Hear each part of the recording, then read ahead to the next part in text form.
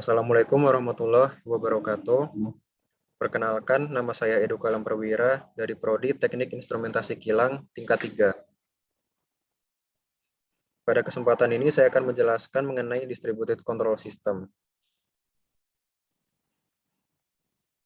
Yang pertama, saya akan menjelaskan tentang sejarah dari DCS. Pada awalnya, sistem control plane berupa kontrol manual menggunakan sistem pneumatik.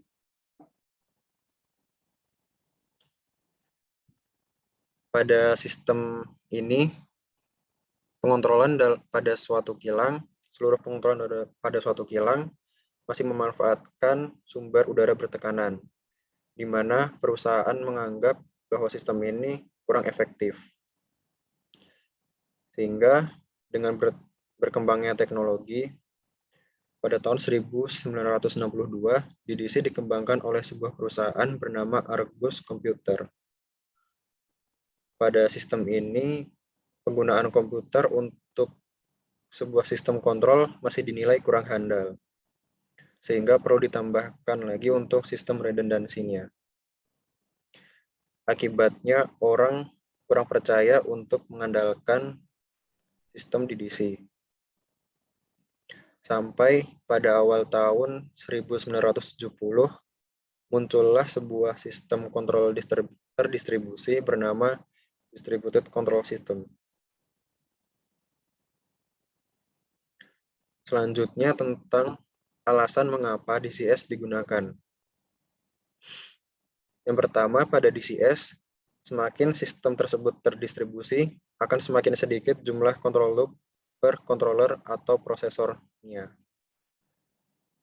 Dengan begitu,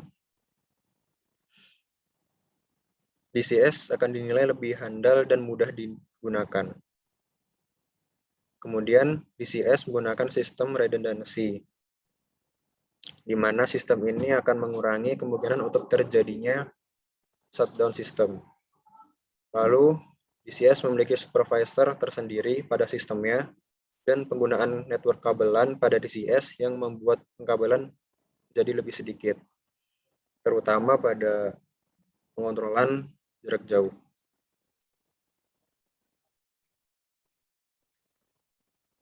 Selanjutnya, mengenai konfigurasi sistem DCS. Pada slide ini dapat kita lihat mengenai konfigurasi DCS. Terdapat sebuah operator station, di mana operator station ini akan terhubung dengan field control station. Kemudian, seluruh komponen dan peralatan di lapangan akan terhubung oleh field control station, dan data-data yang didapat dari plant akan dikirimkan menuju ke operator station melalui control network.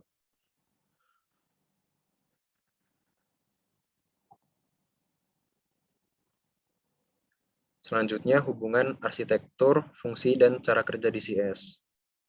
Sebelum saya menjelaskan mengenai hubungannya, saya akan menjelaskan terlebih dahulu satu persatu, dimulai dari fungsi dari DCS. Pertama, fungsinya yaitu DCS berfungsi sebagai alat untuk melakukan kontrol suatu loop sistem, di mana satu loop bisa terjadi beberapa proses kontrol. Kedua, DCS berfungsi sebagai alat kontrol manual dan auto yang terpisah-pisah menjadi suatu kesatuan, sehingga lebih mudah untuk pemeliharaan dan penggunaannya. Terakhir, sebagai sarana pengumpul data dan pengolah data agar didapat suatu proses yang benar-benar diinginkan. Untuk cara kerja dari DCS-nya, DCS melakukan pengumpulan data yang diterima dari lapangan, kemudian mengolah data tersebut menjadi sebuah sinyal standar. Selanjutnya, mengolah data sinyal standar yang didapat dengan sistem pengontrolan untuk diterapkan sehingga mendapatkan nilai yang cocok untuk koreksi sinyal. Jika terjadi error, maka akan dilakukan koreksi data yang didapat untuk mencapai nilai standar yang diinginkan. Setelah terjadi koreksi terhadap simpangan data, kemudian dilakukan pengukuran dan pengumpulan data ulang dari lapangan. Dan lalu untuk arsitektur dari DCS, pada sistem HMI-nya terdiri dari EWS dan Operator Workstation. EWS yaitu merupakan Engineering Workstation. HMI di sini akan terhubung melalui communication system pada control unit, di mana seluruh peralatan perkilangan di lapangan akan digabungkan pada control unit dan data-data yang didapat akan disalurkan menuju ke HMI. Dari penjelasan-penjelasan tersebut, dapat disimpulkan bahwa hubungannya antara arsitektur, fungsi, dan cara kerja dari DCS saling berhubungan, di mana arsitektur yang terdapat pada DCS ini akan mendukung fungsi-fungsi kerja alat dan cara kerja dari DCS.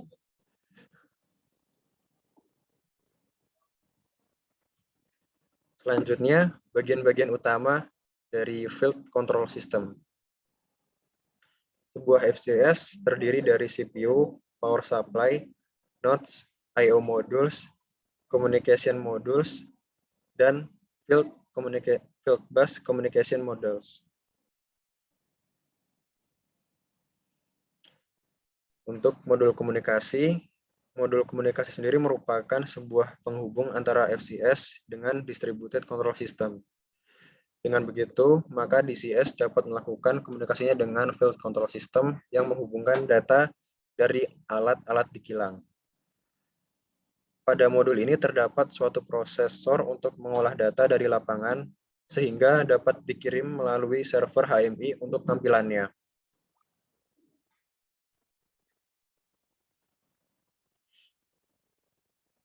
Keuntungan sistem redundan. Sistem redundansi merupakan sebuah sistem yang memiliki kemampuan untuk mencegah kegagalan dan memanfaatkan backup komponen yang berperan sama dengan elemen sistem. Dengan memanfaatkan sistem redundan ini, seluruh elemen dari lapangan akan memiliki backup elemen, di mana ketika terjadi kegagalan elemen, maka elemen backup akan menggantikan elemen proses. Dengan begitu, kita dapat mengurangi kemungkinan terjadinya shutdown system.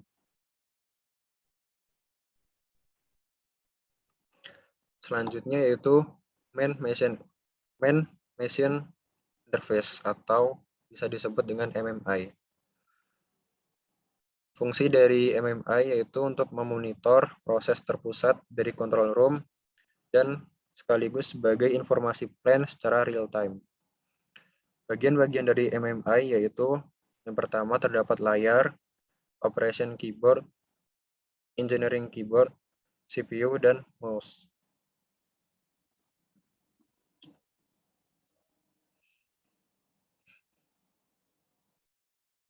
Peralatan pendukung MMI. Di antaranya terdapat proyektor, printer, CCTV, dan lain sebagainya. Selanjutnya saya akan menjelaskan mengenai pertimbangan terhadap penggunaan DCS atau PLC. Pada pertimbangan ini, saya akan membaginya jadi beberapa parameter. Yang pertama yaitu mengenai apa yang diproduksi oleh perusahaan dan bagaimana. Pada sistem PLC, untuk tipikal produknya, barang berupa otomasi manufaktur dan perakitan. Kemudian proses produksi termonitor secara visual oleh operator, membutuhkan kontrol logika, kontrol batch sederhana, menghasilkan suatu jenis produk, prosedur tetap, resep konstan, tidak pernah berubah. Sedangkan pada DCS, tipikal produk berupa bahan melibatkan kombinasi dan transformasi bahan mentah. Untuk proses produksi seringkali tidak terlihat oleh operator. Kemudian menggunakan sistem kontrol regulator untuk kontrol batch kompleks menghasilkan berbagai jenis produk prosedur dapat berubah, resep variabel.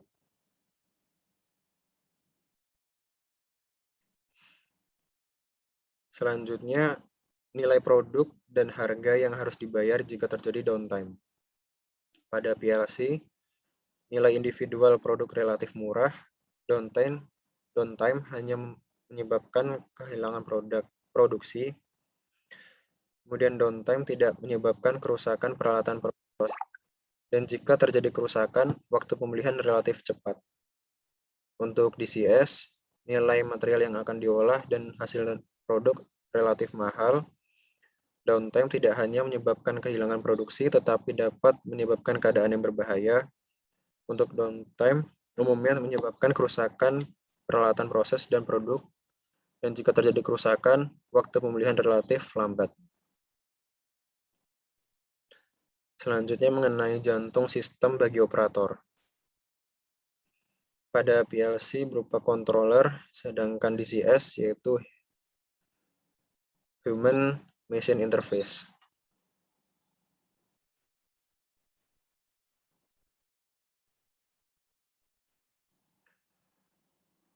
Lalu mengenai apa yang diperlukan oleh operator agar proses berjalan dengan lancar.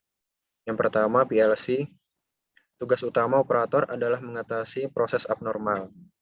Informasi status seperti on-off, run-stop tergolong sangat kritis bagi operator. Kemudian, alarm proses produksi abnormal adalah informasi kunci bagi operator. Pada DCS, interaksi operator dan proses sangat ketat. Operator harus dapat membuat keputusan secara terus-menerus berinteraksi dengan proses terkait dengan target.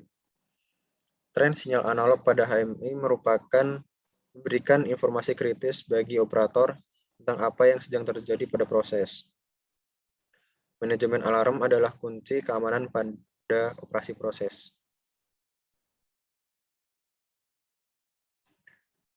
Lalu bagaimana performansi yang diharapkan? Pada PLC, eksekusi program kontrol relatif cepat, yaitu sekitar 10 milisecond. Lalu sistem redundancy tidak selalu diperlukan. Untuk merubah konfigurasi sistem dapat dilakukan secara offline. Lalu sistem kontrol analog berupa PID sederhana. Selanjutnya DCS,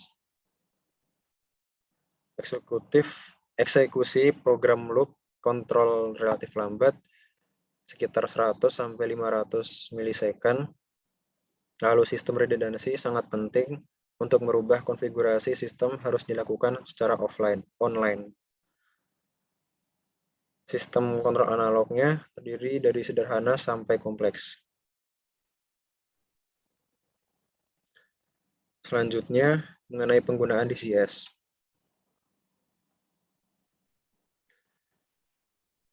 Dalam penggunaan DCS di industri migas, saya di sini akan membagi ke dalam 3 bagian, yaitu diantaranya upstream, downstream, dan juga sistem distribusi. Seperti yang kita ketahui bahwa industri migas merupakan sebuah kegiatan yang bersifat high risk atau memiliki risiko tinggi, terutama pada upstream dan downstream dalam industri oil and gas. Di sini, DCS akan mengurangi kontak operator di lapangan sekaligus menjadikan pekerjaan industri menjadi lebih efektif. Untuk penggunaan DCS pada sistem distribusi, DCS akan membantu pengawasan sehingga apabila terjadi kegagalan dan kerusakan dapat segera dilakukan penanganan dengan cepat. Dengan begitu, tidak akan merusak lingkungan sekitar yang dilewati oleh sistem distribusi tersebut. Baik, demikian presentasi saya mengenai DCS. Untuk kurang dan lebihnya saya mohon maaf. Terima kasih. Wassalamualaikum warahmatullahi wabarakatuh.